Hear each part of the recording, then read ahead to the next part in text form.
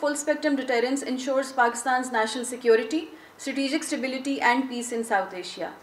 He is also the of his devotion to duty, strategic vision and outstanding leadership of Pakistan. I am greatly honored to have been invited by Pakistan's premier think tank, Islamabad Policy Research Institute, IPRI, to speak on a subject which is current and under considerable debate. There are a variety of views that have been expressed by subject specialists. It's a rich professional debate, and I'm sure that these views will eventually contribute to a better understanding of the issues involved and lead to realistic conclusions. In the entire debate, as the topic indicates, the essence of the conclusions ought to revolve around the stability of Pakistan's deterrence against India, both strategic and conventional, as one seamless concept based on hardcore ground realities. Before proceeding with presenting my views, I would like to extend my sincere felicitations and compliments to General Majid Hassan and his excellent team IPRI for being ranked 74th in the University of Pennsylvania's Think Tanks and Civil Societies program. To be ranked amongst the top 75 in international think tanks of the world is no small achievement. I think it's quite huge. This is an outcome of the reforms agenda undertaken by IPRI and is a feather in IPRI's and Pakistan's academic cap. My best wishes for IPRI in its continuous quest for excellence and for achieving even greater heights in the future. And may Allah take you to the next target, the top 50, inshallah. Today's subject, stability of Pakistan's strategic deterrence, has rightly been framed by IPRI in the backdrop of the May 25 escalation in the politico-military environments that emerged in the post-Pahalgam period. Hence, as the concept note states, one needs to evaluate the stability of Pakistan's strategic deterrence in that context. Therefore, in order for all of us to be on the same page with reference to the context, I think that it will be useful if I were to read out verbatim the brief concept note so we all know what the reference point is and what is expected as an outcome in today's debate. The concept note given to me states, strategic stability of nuclear deterrence in the subcontinent is a function of the credibility of the deterrence as well as the efficacy of the conventional deterrence to deny the space for conventional war sought by the stronger protagonist in the conflict equation.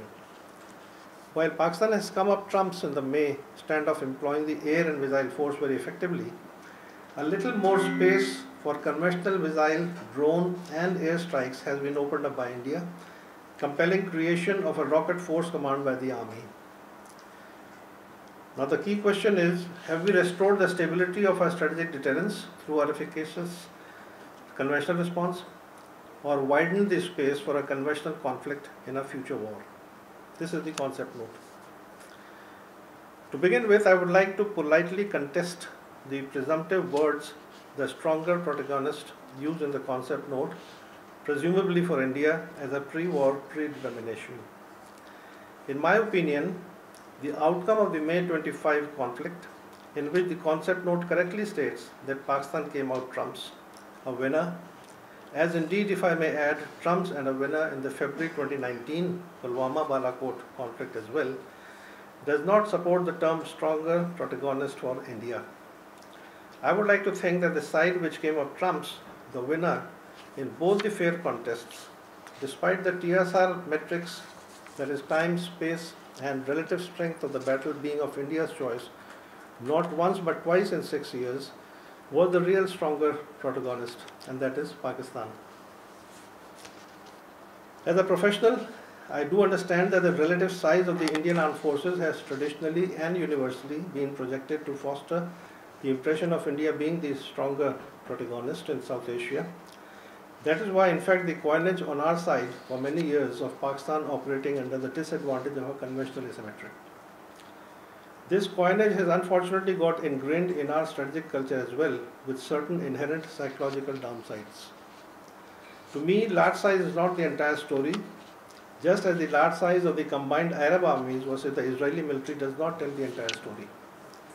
There are a number of factors of quality, technology, training, and other force multipliers that ought to be taken into account other than the mere large size of armed forces in order to determine the relative strength metrics of any two sides.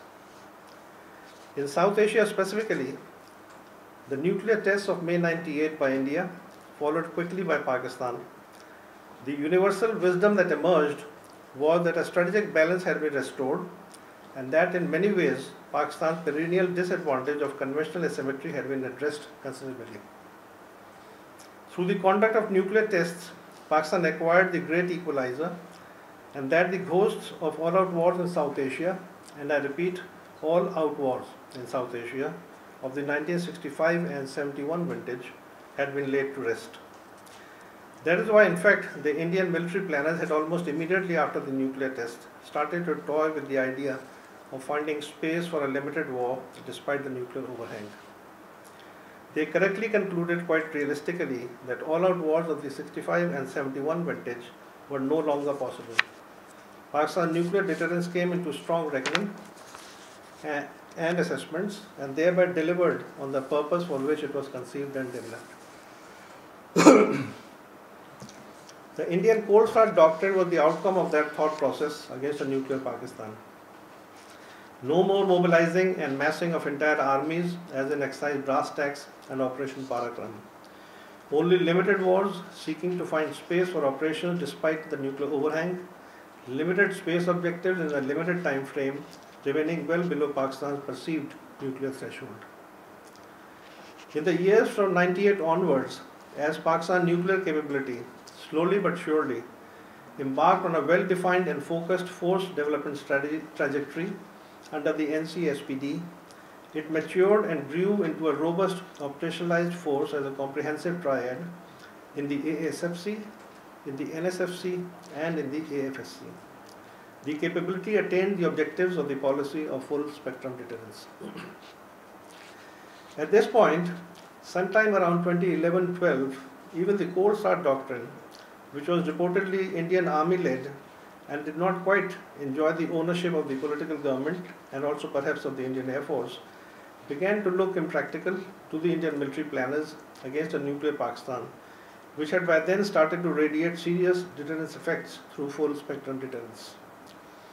In fact, on a number of occasions during the ensuing years, Mumbai, Uri, Pathankot, etc., India did not automatically mobilize its independent battle groups or the IBGs within the 48 to 96 hour time frame as was conceived in the Cold Start Doctrine. The Theta Force Reserve, the TFRs, too remained in the cool layers of peacetime stations. It seemed that the Cold Start Doctrine was dead on arrival against Pakistan's nuclear deterrence. It certainly did not figure out anywhere in the escalations of February 2019 or recently of May 2025. Now, some years ago, the Indians reportedly started to work on a relatively less ambitious dynamic response strategy, or DRS. Some of the elements of the DRS, like airstrikes, employment of standoff weapons, drones, and medium-range missiles like the BrahMos, came into play in the May 25 escalation, but fizzled out rather quickly when Operation Sindoor was contested strongly by the Pakistan Air Force, attaining air superiority in a matter of hours, followed by punishing retaliatory strikes by the Pakistani military in Operation Banyan and Marsoos, including the destruction of an S-400 battery. A conclusion that can be drawn, therefore, is that large sizes of a military does not per se bestow strength. There are other factors, like I said, of quality, technology, training, and other force multipliers that come into play and determine as to who comes up trumps. It is the final outcome of a war, limited or broader, that decides who the stronger protagonist might be. To me, frankly, at this point in time, having sent the Indian military reeling in two fair contests, it is Pakistan which seems to be the likely stronger protagonist. The India-Pakistan standoff in May 25 was an event which has generated profound and, if I may say, game-changing strategic effects on the future of war and peace, not only in South Asia, but also in an extended region in which I would like to include China and some other countries of Western Asia as well. There are serious political and strategic fallouts internationally, as well in addition to the substantial perceptive change in the military equation. I would like to express with emphasis that Pakistan's nuclear policy of full spectrum deterrence is based on a robust operationalized nuclear capability, which in itself draws strength from a fully functional triad and an effective command and control system. I have explained its various dimensions at numerous national and international forums. It should also be well understood that whenever a situation of a serious military escalation or a crisis occurs in South Asia, like February 19 or May 25, Pakistan's robust nuclear capability simultaneously generates politico-strategic effects in two directions. In the east, in India, where it becomes a limiting factor on the scale, scope, and character of military options that India might consider as possible. In the west, halfway around the globe in Washington, D.C. mainly, but also in some key western capitals on the way, where alarm bells start to ring, compelling willy-nilly diplomatic interventions to manage and cool down the emerging crisis with or without a limited fight. Strategic deterrence and placing a limiting operational cap on crisis escalation are therefore inbuilt in Pakistan's capability of full spectrum deterrence. Unlike India, restraint and responsibility are key considerations in the exercise of Pakistan's nuclear policy. This has been demonstrated time and again. No one in the world is interested in a nuclear Armageddon, except Mr. Modi's India perhaps. In this context, I shall briefly quote a few examples from India-induced past escalations. First, 1986-87, when India's full operational military mobilization with ammunition on Pakistan borders under the garb of exercise brass tacks was called off when India was confronted by Pakistan's conventional forces counter-deployments and subtle nuclear messaging. This was the first in South Asia. 1999, in the Kargil crisis, Mr. Vajpayee's conscious decision to limit India's military responses to within the Kargil area of operations on the Kashmir line of control was a testament to the deterrence effect generated by Pakistan's newly demonstrated nuclear capability in May 98. Next, 2001 and 2, India's Operation Parakram with full military mobilization on Pakistan's borders was called off after 10 futile months when confronted by Pakistan's conventional forces counter-deployments, and this time strong nuclear signaling on at least 3 occasions, including 3 ballistic missile tests of Abdali, Shaheen 1 and Gauri by the SPD inside 4 days in May 2002.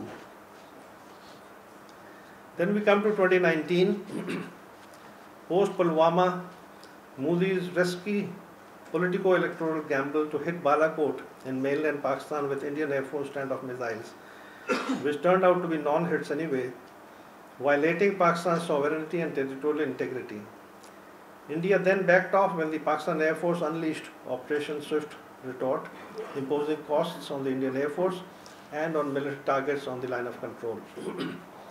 Pakistan's nuclear capability prevented further escalation rungs, and then too President Trump 1.0 took pleasure in announcing an end to hostilities while visiting the 2 Koreas. And now in May 25, failing to achieve politico-military objectives and suffering humiliating reverses in the air and on the ground, Mr. Modi accepted a rescue ceasefire hastily brokered by the US. The nuclear factor weighed heavily on the mind of President Trump, which he continues to mention till today. Post May 25, I have followed with some interest misguided, uninformed and perhaps shallow opinions of sorts amongst Indian analysts on India's attack against a nuclear Pakistan. A conclusion is drawn that Pakistan's nuclear capability did not deter India from attacking mainland Pakistan, and therefore not only that Pakistan's nuclear bluff was called, but that India also succeeded in carving out the much sought after space for conventional war despite the nuclear overhang. In my opinion, both are anything but half-truths, perhaps quarter. This argument was loosely invoked in February 29 as well by partisan Indian analysts and senior officials. And I think this is more of an amateurish game of point scoring and chest thumping rather than a serious professional conclusion. On 7th May 25, Notwithstanding Mr. Modi's bombastic rhetoric about not accepting what he labelled as Pakistan nuclear blackmail, the ground reality was, and this is now public knowledge, that Mr. Modi explicitly ordered his military to limit the operations to the alleged civilian terrorist targets only and not to touch military targets in Pakistan. Foreign Minister Jaishankar openly admitted as much and is on record. The Indian Defence Attaché in Indonesia, Captain Navy Shiv Kumar, complained as much and is on record.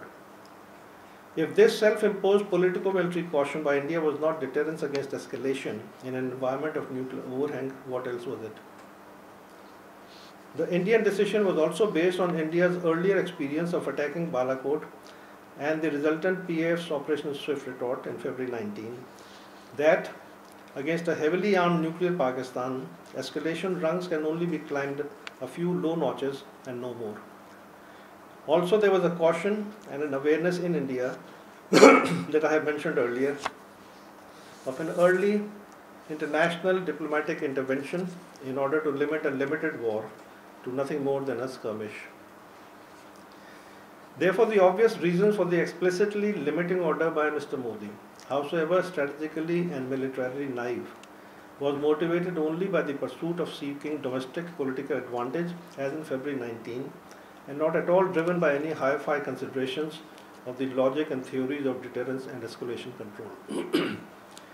In a sense, Pakistan nuclear and conventional deterrence remained at work, and therefore the only Indian military option after Pahalgam was to limit the scale and scope of the attack under the laughable expectation of a Pakistani connivance with Jaishankar's publicly admitted request to Pakistan not to retaliate. This was strategic effect generated by Pakistan's full spectrum deterrence in the East.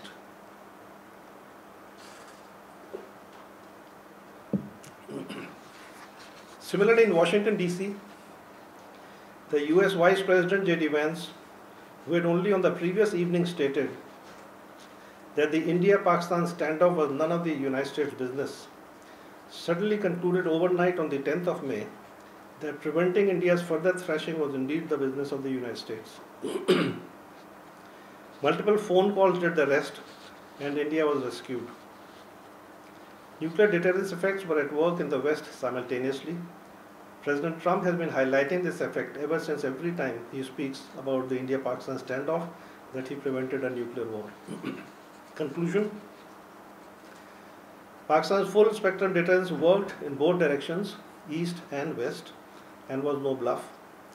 It generated deterrence effects as visualized in Pakistan's policy of full spectrum deterrence. India's desire for seeking the so-called space for limited war despite a nuclear overhang remained shrunk as it opted to limit its initial escalation as openly admitted. Subsequently too, India not only failed to attain any of the politico-strategic-military objectives, and far from it, it suffered major military reverses, especially in the IEF, and severe reputational damage regionally and internationally.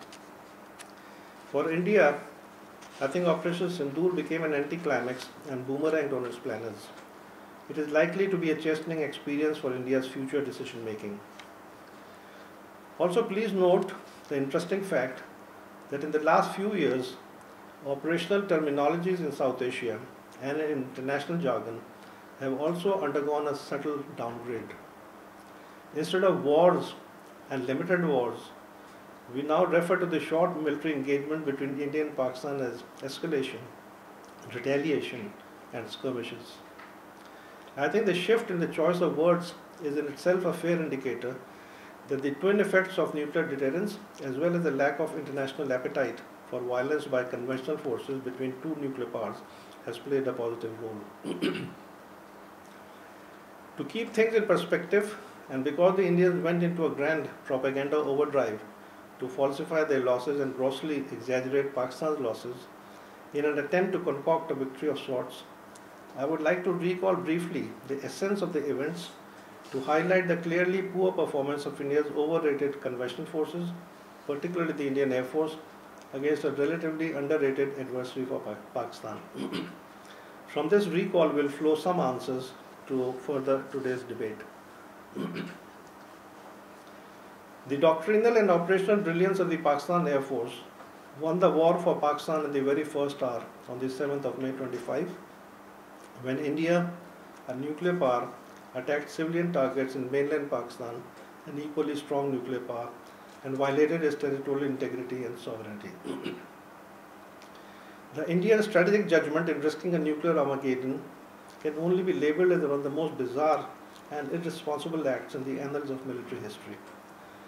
The 40-odd PF fighters, backed up by an integrated array of multi-domain operational capabilities, versus the pride of 72 IEF fighters in a ratio of nearly 1:2, wrote a glorious history in modern aerial combat. In a historic but intense technology-driven air battle to close to 1 hour, the PF took the IEF on and changed the strategic balance of South Asia, I think for a long time now. Having been shot out of the skies by the PF by losing 7 frontline fighters, the IEF retreated post-haste, having delivered their payload while remaining inside their own space. Notwithstanding India's unsuccessful efforts at spinning a disjointed and contradictory cover-up all the way till even today, the international strategic and defense community, and the IAF for sure, has got its figures right. 4 Rafales, 1 Mirage 2000, 1 MiG-29, 1 Su-30, and 1 Heron UAV, a total of 8 top-of-the-line aircraft. French, Russian, and Israeli technology in the hands of the IAF altogether hit Mother Earth inside 1 hour in a dazzling display of incompetence.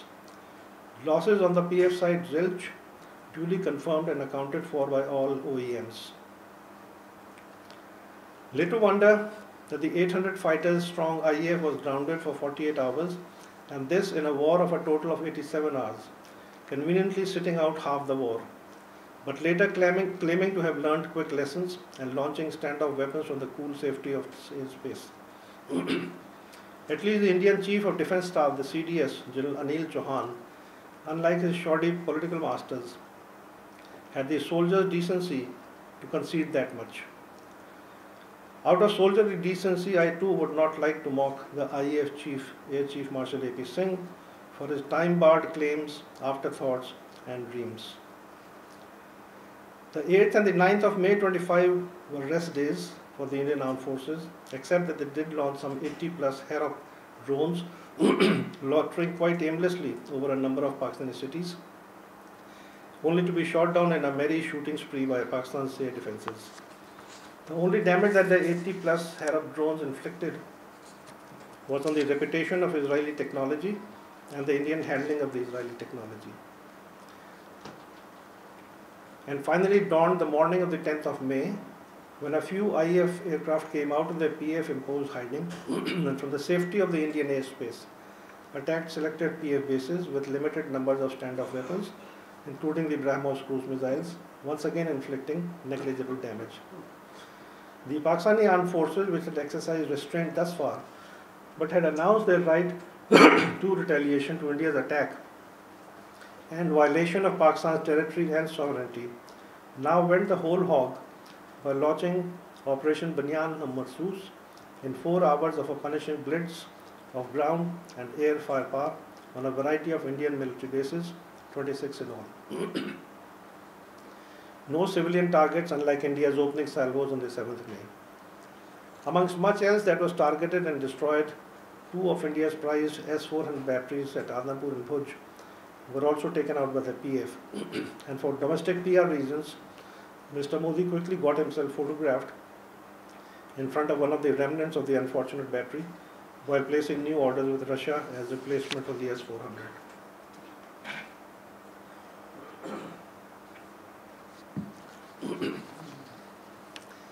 Pakistan Army's Al-Fatah missiles and artillery had a field day in attacking Indian units and headquarters on the line of control in Kashmir and inside mainland India. The resultant Indian operational situation in those 4 hours under the Pakistani firepower blitz was best summed up by CNN's Nick Robertson in his dispatch the same evening. He said India didn't know what happened. And for CNN to say that is saying a lot. Operation Banyan Marsoos, which lasted some 3 to 4 hours only, convinced India to cut further critical losses, which were piling up rapidly by the hour, in addition to the first night loss of 7 top-of-the-line fighter aircraft and an Israeli Heron UAV. India had had enough. It asked for US intervention.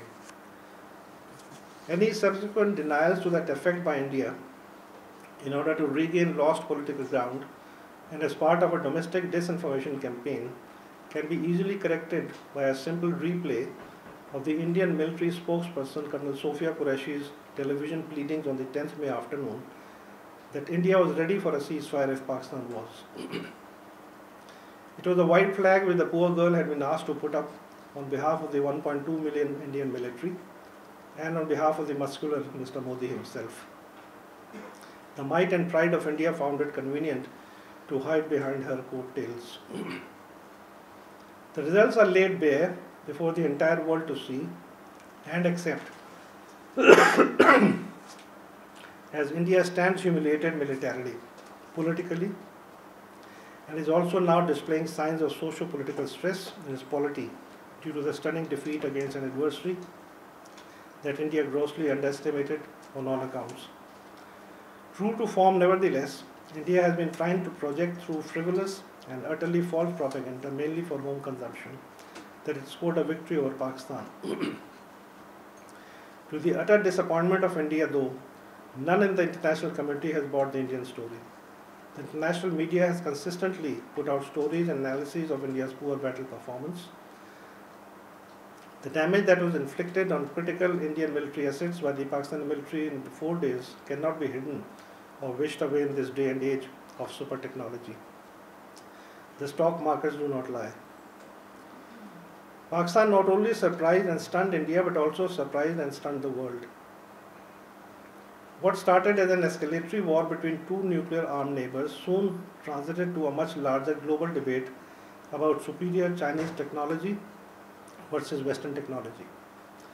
The debate invoked not only strategic implications and consequences as far away as Taiwan, Asia Pacific, ASEAN, Europe and NATO, but also for the global arms trade industry, as the stock markets reacted to reflect the ground reality of a classic technology demonstration by the Pakistan Air Force. The debate has become one of China versus France by a tennis score of 7-0. In 3.5 unforgettable days, it has been firmly established that is now the Pakistan Air Force and not the Indian Air Force that is the dominant air power in South Asia. The Pakistan Air Force rules the skies. When the PF brought down the pride of Western, Russian and Israeli technology to the ground in a matter of few hours, the PF had acquired a position of air superiority. The Rafale fleet was grounded and pulled back, and the IAF for all practical purposes became what we might call an LOB, left out of battle.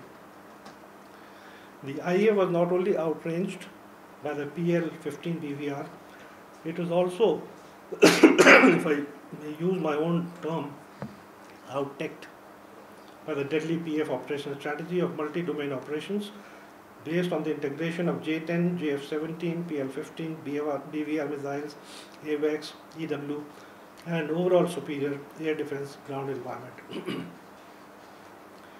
In terms of strategic consequences, it seemed like a modern-day replay of the 1967 Arab-Israel War, when on the morning of the 5th of June 1967, the Israeli Air Force, in a preemptive strike, decimated the combined Arab air forces of Egypt, Jordan and Syria in a matter of a few hours. The Israeli Air Force has ever since ruled the Middle Eastern skies unchallenged, and here in South Asia, 48 years later, the balance of air power shifted inside 60 momentous minutes.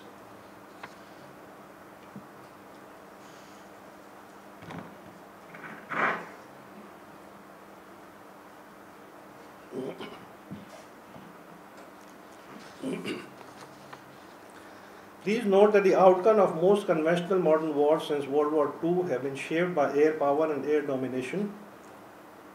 Military operations, whether on air, land or sea, require air superiority as the fundamental prerequisite for operational success. In this context, I would like to quote the extraordinary vision statement from a speech of Quaid-e-Azam Muhammad Ali Jinnah, who, while visiting PF station Risalpur on 13th April 48, said, "A country without a strong air force is at the mercy of any aggressor. Pakistan must build up an air force as quickly as possible. It must be an efficient air force, second to none." You will find this prophetic 1948 quotation of the Qaid at the entrance of every base and institution of the Pakistan Air Force. The Qaid's vision laid the foundations of the core values that Pakistan Air Force would follow for all times to come. I think if the Qaid was alive today, he would have saluted the Pakistan Air Force for delivering on his command in great style. Today, as a consequence of Operation Sindoor, the one irrefutable new normal that has emerged with sufficient clarity is that in South Asia today, the PAF rules the skies. Despite being smaller in size and initially perceived to be technologically and numerically inferior to the IAF, the PAF has smashed the Indian hubris down as it shot out of the skies the pride of India's frontline combat aircraft. The PAF proved its ascendancy in all ranks and dominated the will of the enemy while creating superior effects both in kinetic and non-kinetic domains. Its synergy with the Army and the Navy also led to superiority in undertaking multi-domain operations during a short period of time. Now, looking to the future, the PAF is now likely to fast-track the induction of the J-35 stealth fighter and the relevant EL series of BVR missiles, as well as perhaps enhance its J-10 and PL-15 inventories. These acquisitions, which are probably not too far away, will further enhance the qualitative gap between the PAF and the IAF. Moreover, the acquisition of niche capabilities in the multi-domain fields of cyber warfare, electronic warfare, space, etc. will also enhance the PAF's non-kinetic capabilities. And I don't see this gap being closed by the IAF anytime soon. Therefore, with the IAF having been rendered to second place, amounting to a PAF air superiority in South Asia, any future operations by India, notwithstanding Mr. Modi's political rhetoric, are likely to remain confined to standoff capabilities, missiles, drones, etc. But standoff capabilities alone do not win wars, neither can they support ground operations by the Indian Army or maritime operations by the Indian Navy. I would like to highlight a few strategic notions which have emerged in the post-escalation debate. To begin with, India's determination to challenge the concept of deterrence by conducting a false flag operation was followed by a politically driven commitment trap, compelling India to break down deterrence, escalate and physically commit forces to kinetic offensive actions by striking targets inside Pakistan and in Azad Kashmir, thereby compelling Pakistan in turn to undertake appropriate kinetic retaliatory actions in order to re-establish deterrence, as I mentioned. The lead role of air power as the frontline instrument of deterrence, as well as for the re-establishment of deterrence, duly supported by robust ground action by the Army and operational deployments by the Pakistan Navy. The emergence of a variety of new normals as a consequence of the Indian escalation in Pakistan's retaliation. The strategic role of Pakistan's robust nuclear capability by its sheer force in being state as a deterrent to large-scale operations or all-out war as a final guarantor of peace and stability. The reality of this short escalation is that India started it as per a predictable playbook, almost a hackneyed SOP by now. It replicated the Pulwama 2019 false flag operation, this time at Pahalgam, and used it as a casus belli, but on a larger scale of operations. It employed aerial platforms to begin with, followed by indiscriminate employment of a variety of strategic, operational and tactical standoff weapons in its brazen attack on mainland Pakistan and Azad Kashmir.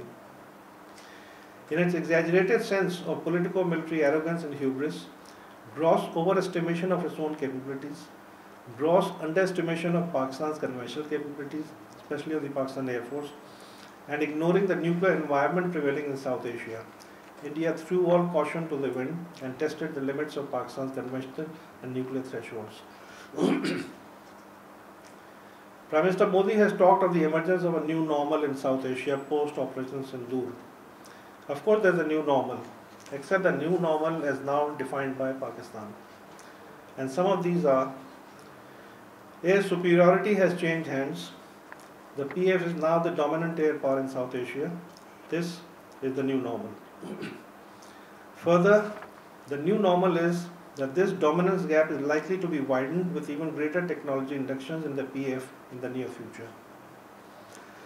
The new normal is that the battle-proven conventional deterrence of the Pakistan Air Force as well as the firepower of Pakistan's land-based conventional reef system has assumed a lead deterrence role in South Asia, thereby adding a strong deterrence layer between the conventional and strategic deterrence. The new normal is that as per the old normal, Pakistan's robust nuclear deterrence will continue to exercise strategic level deterrence in order to limit and curtail India's political and operational objectives, thereby ensuring the maintenance of relative peace and strategic stability in South Asia. The new normal is that in case of a renewed Indian conventional attack on Pakistan, which Mr. Modi is so fond of threatening despite having sued for a ceasefire, Pakistan's conventional retaliation to his escalation will always be a notch-up response, as Field Marshal Asim Munir has promised, a quid pro quo plus for sure.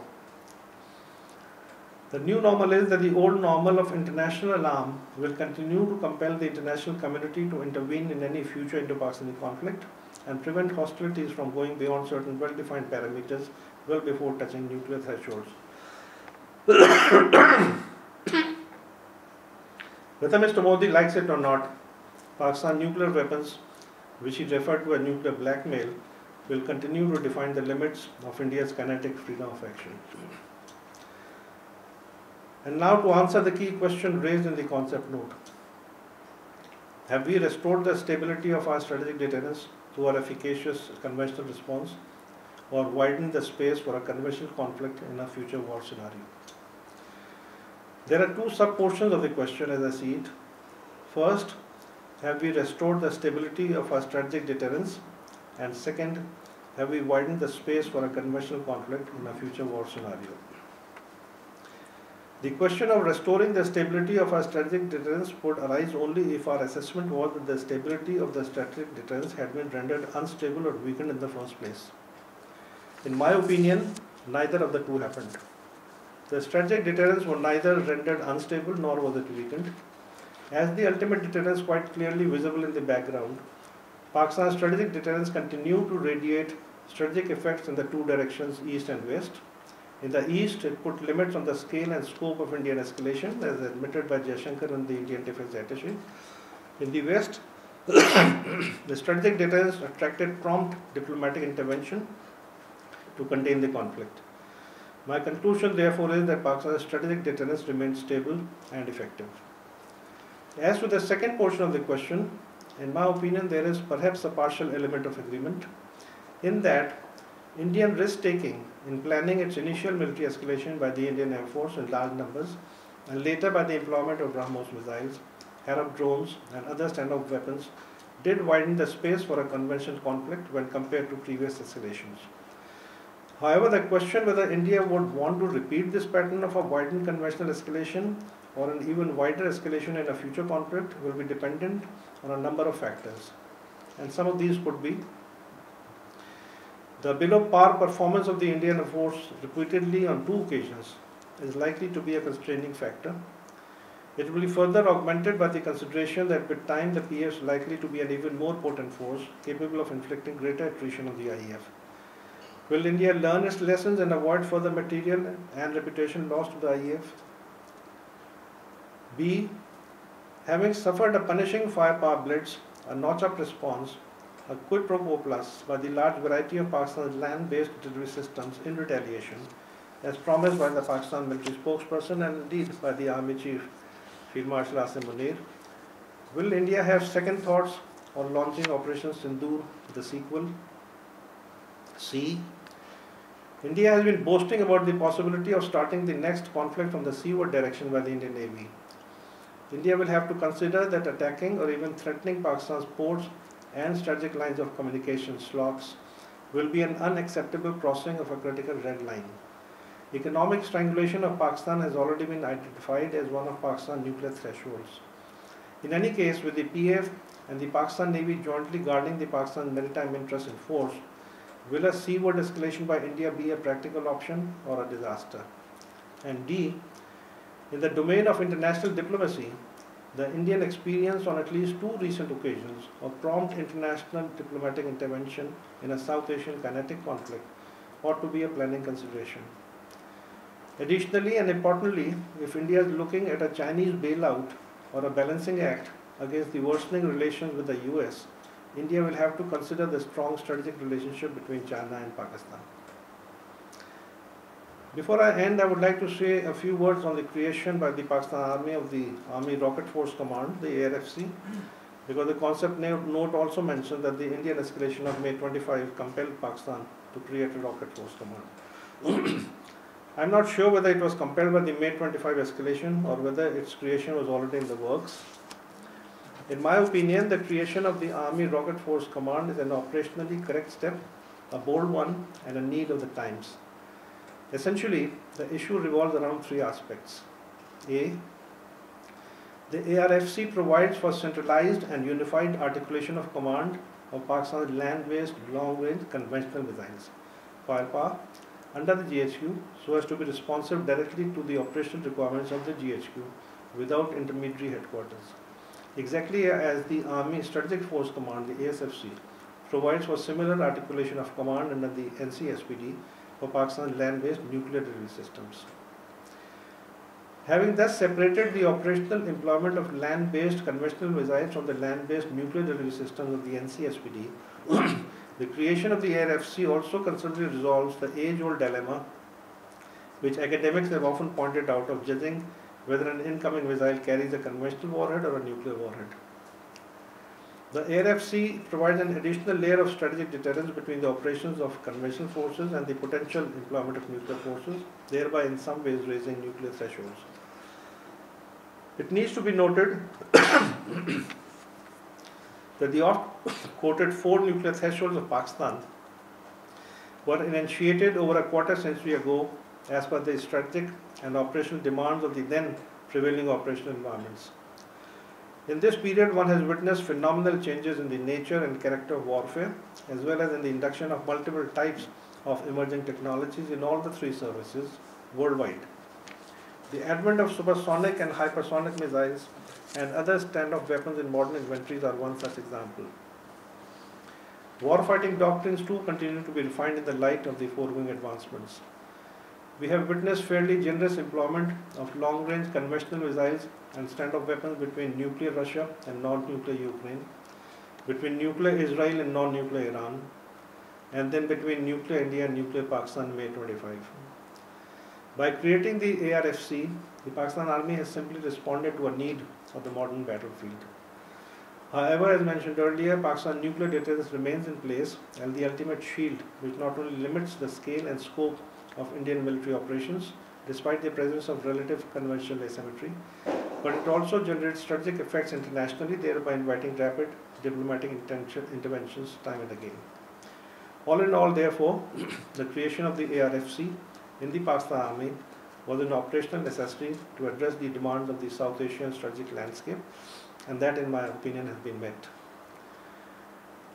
To conclude, I would like to state that the strategic stability of Pakistan's nuclear deterrence has remained and will remain a robust factor for the larger strategic stability of South Asia.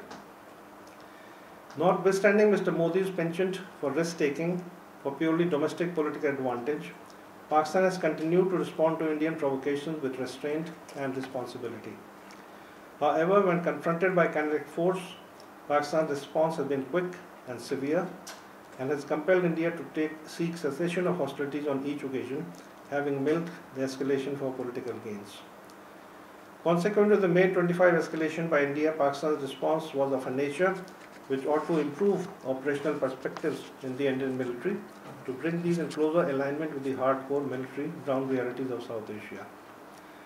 Whether India would like to yet again make use of the so-called widened space for a future conventional conflict will, in my opinion, be a judgment call by India, depending on some of the hard lessons it may or may not have learned from its disastrous reputational and political military May 25 experience.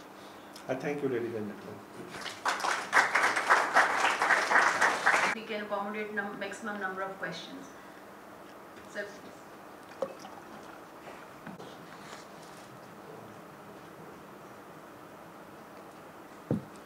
Pardon me, my throat. So my question is about the restoration and the stability, which in your opinion was never in doubt, and perhaps you're correct in that assessment. But by creating a conventional rocket force, operationally it might make sense, because we had those artillery assets and we have articulated, we are now going to articulate it. Your second portion first. Any threat to go nuclear must have credibility.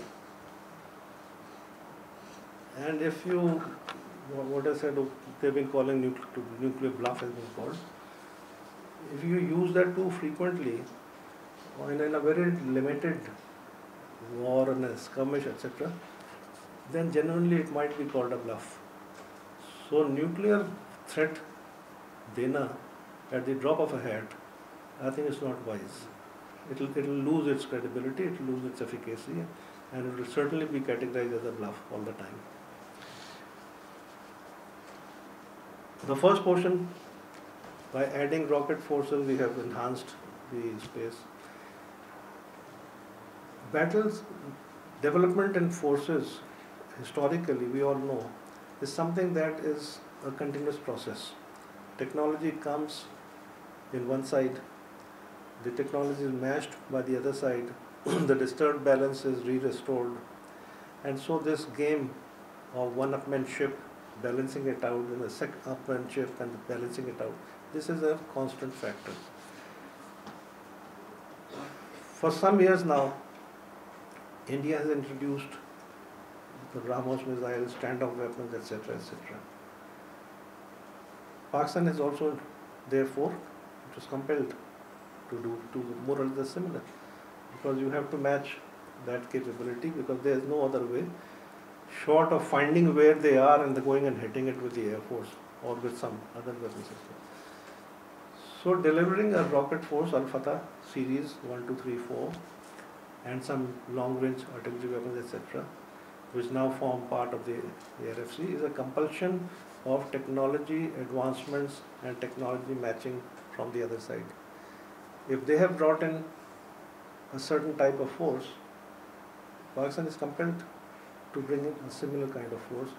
Now, Air Force की बात कर लेना. Your constant battle is for one-upmanship in the generation, 4th generation, 4.5 generation, 4.5 generation, 5th generation. So ये तो एक sequential वो है battle which is endless. And with technology coming in, emerging technologies coming in, all types of emerging technologies coming in, this will not stop. Therefore, introducing the rocket forces was one. The second thing, I think the main aspect is articulation of command. इसको कौन command करेगा? Respond इसने करना directly GHQ को, MO को. और अगर वो कोर्स में पड़ा रहेगा, या for that matter SPD में पड़ा रहेगा, वो response नहीं आएगी. Therefore, ये 2-3 reasons मैंने आपको दिए हैं कि ये compulsion था.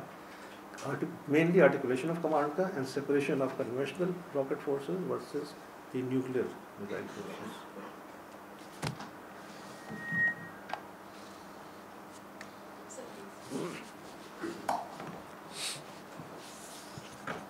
Hello, good morning. My name is Salim Ansari. I am former DG Nuclear Power Engineering in Atomic Energy Commission. My question is about the global nuclear arms limitation efforts. I would like to draw your attention to the latest issue of the Bulletin of Atomic Scientists, which says that there are over 12,000 annihilating nuclear weapons in the world, with impending war in Europe. They have quoted that with an impending war in Europe and the two nuclear adversaries in South Asia, they said that the world is closest to doomsday, as they call it. The doomsday clock is closest to 12 o'clock now, as it was ever before. The lack of any international nuclear arms limitation treaty also adds to this, to this fear, this global fear. So, what is your take? Are you hopeful of any any such treaty that would limit the nuclear weapons in the world. Thank you. Frankly, ये जो है the global arms limitations, talks, agreements, disagreements, backing out of agreements. This was basically a US versus Soviet Union game. I don't think anybody else was involved in it. Just two countries, USA, USSR. USSR became Russia. Disintegrate हो गया, उसने inherit कर लिए USSR वाले weapons, Ukraine ने भी छोड़ दिए, Central Asian countries थी उन्होंने भी छोड़ दिए, so everything went into the Russian pocket. And then of course there was hubris policy decision in Washington that they thought they could overcome now that Russia was a weak state. वो एक game separate game था और है. America has backed out of so many arms limitation agreements, and at this point in time, especially with the Ukraine war on in full fury, I don't think there is any chance of a talk of a strategic arms or tactical arms limitation talks. कहीं peace होगा, peace के बाद कोई some home truths will be understood by the two rivals, maybe in the future. China is not part of that, so China continues to develop its nuclear forces as per its own visualization. You can leave out Israel, you can leave out North Korea because they have their own compulsions. So none of the other countries are part of those global limitations talks. Now come to South Asia. South Asia में India Pakistan action reaction syndrome basically has driven the nuclear weapons race, and we all know the history of that.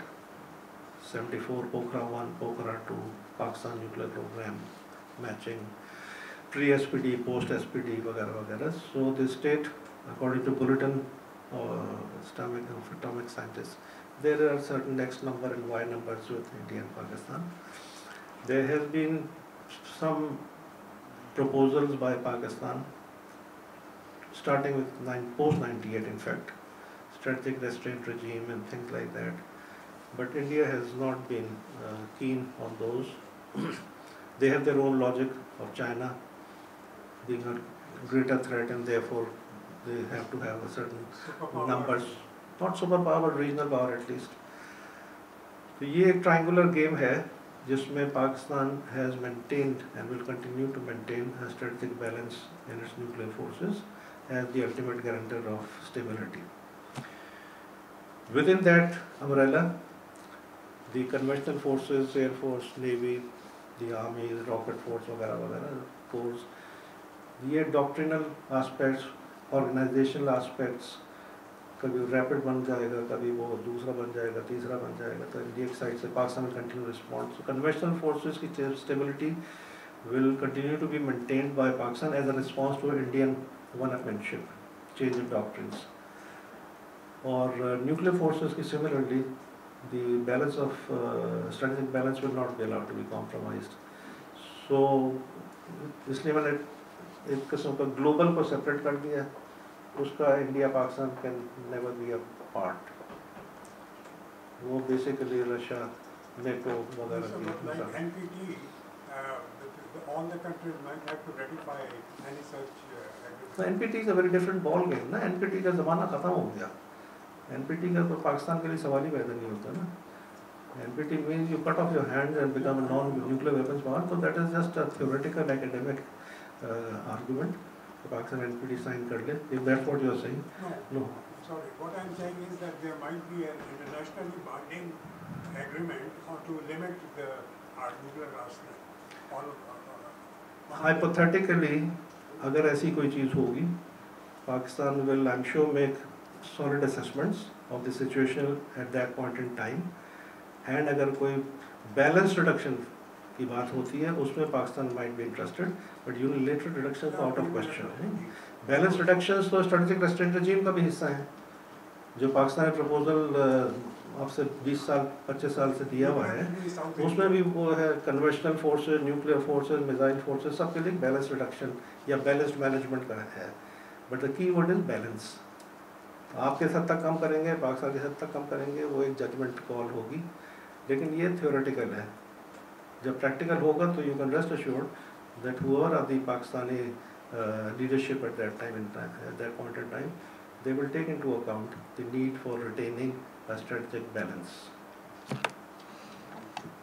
Any more questions and comments?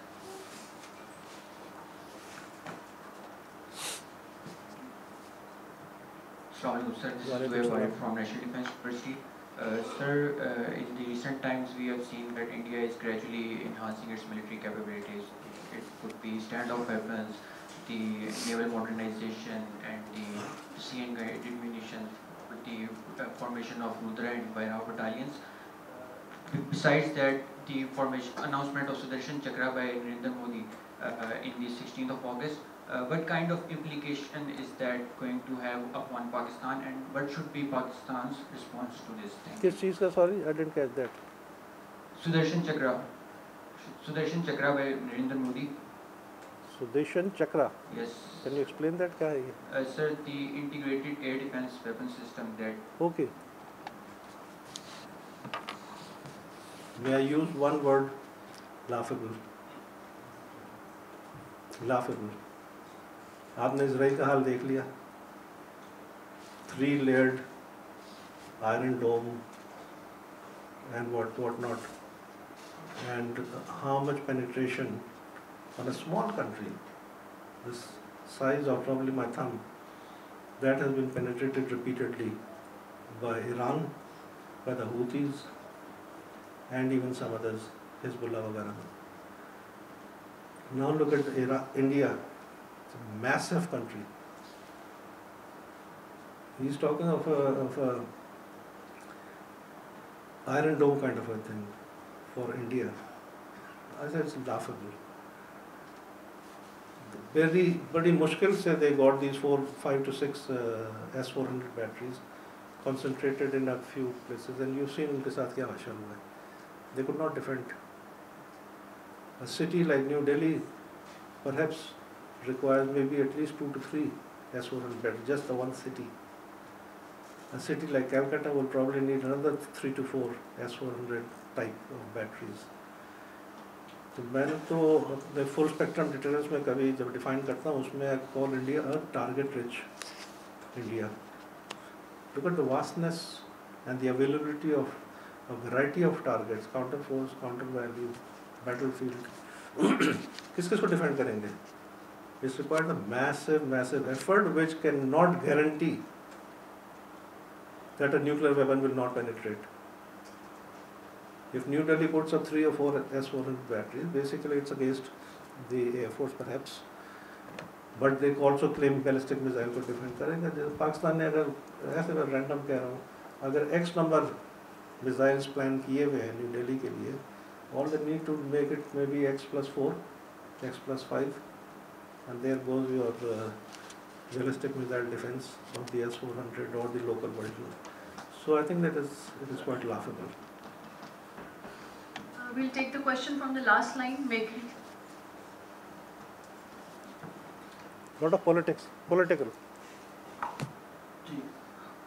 Thank you, General Sir. General Sir, my question is in any conflict, who will shape strategic deterrence? Is it the country that will demonstrate restraint, or the one that will go on to exhibit escalation? Thank you. दोबारा बोलिए तो ना. So मैं कह रहा हूँ कि who will reshape strategic deterrence in any conflict?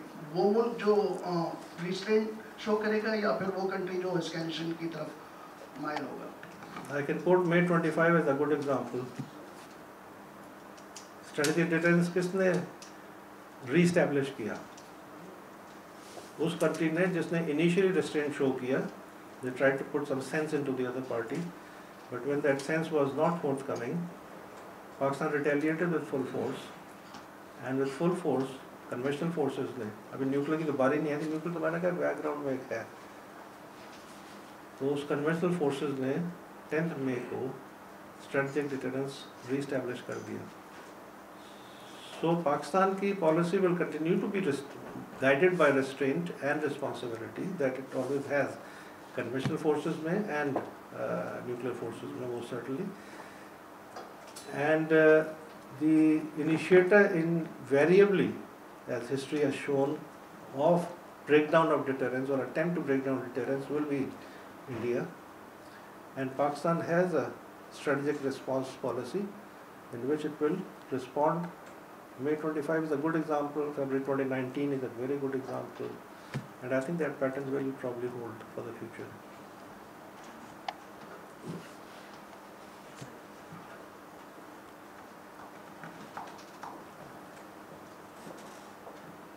Assalamu alaikum, sir. I'm Ambassador Sajjan.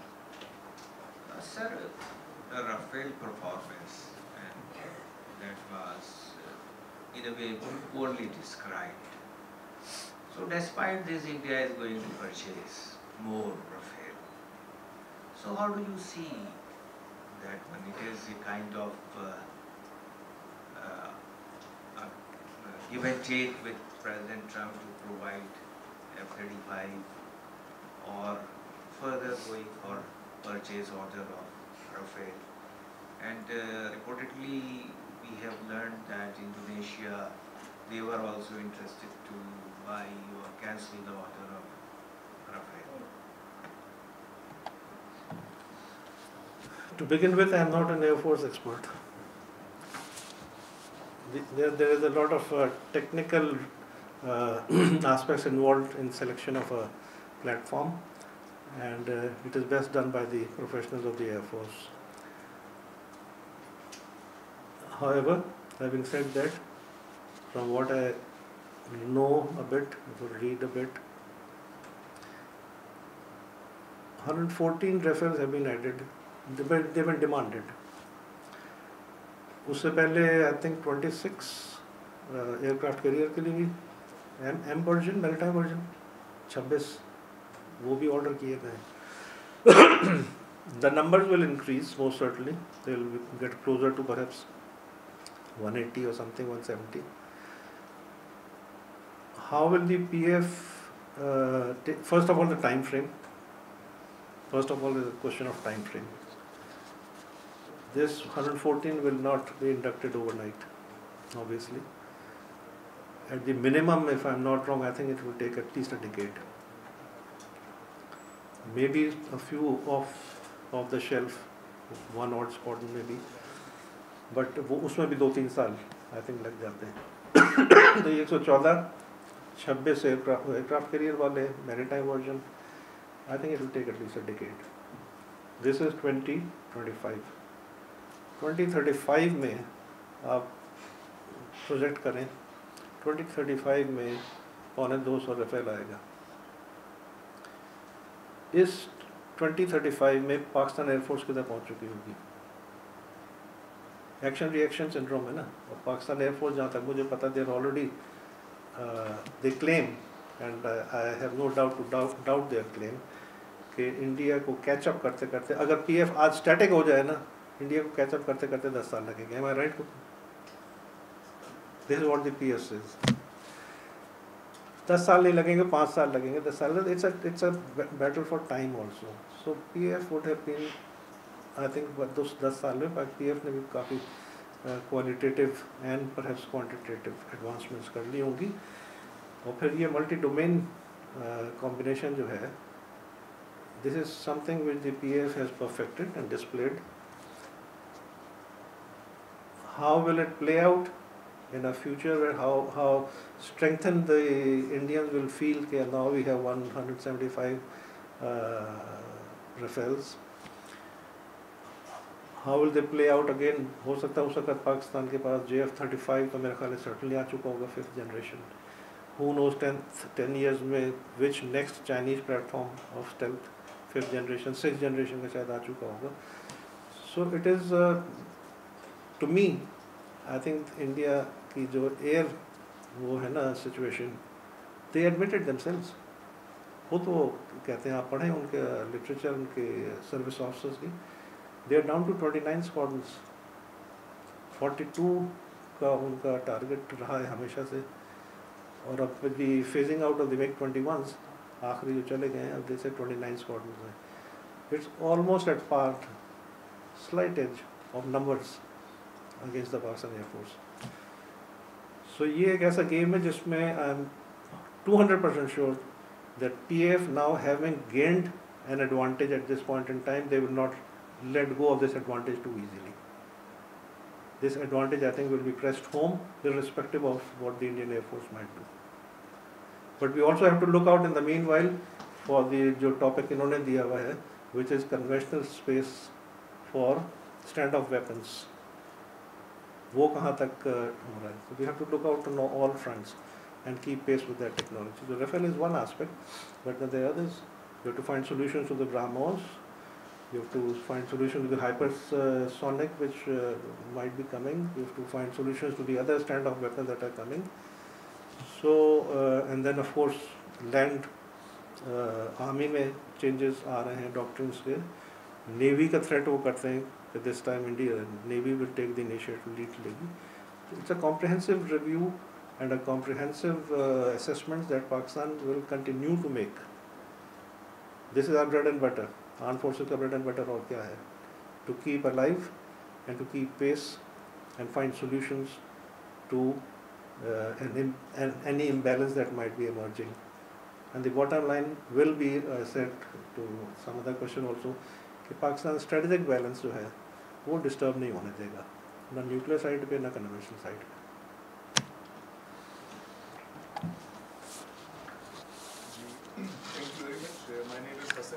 Working with Pakistan television.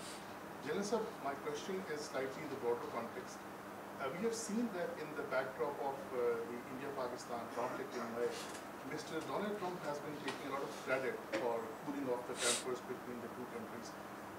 Do you not believe that this is something that should have been done by the international community or the international bodies instead of a single individual taking credit for all this exercise? By doing so, do you not believe that he is trying to outclass or outshine the role of international community by single-handedly and freelancing in a freelancing way carrying out this entire peace activity? I think it's a political question, and I would best avoid it. President Trump has taken credit for it. He has taken credit for it over 30 times, and over 30 times India has denied that credit to him. In effect, they have called him a liar. What is the truth really? वो diplomats को behind the scenes पता होगा. ये political question है कि international कौन सी body है जो Washington DC के अलावा exist करती है, which could have intervened. I am not aware of any such body.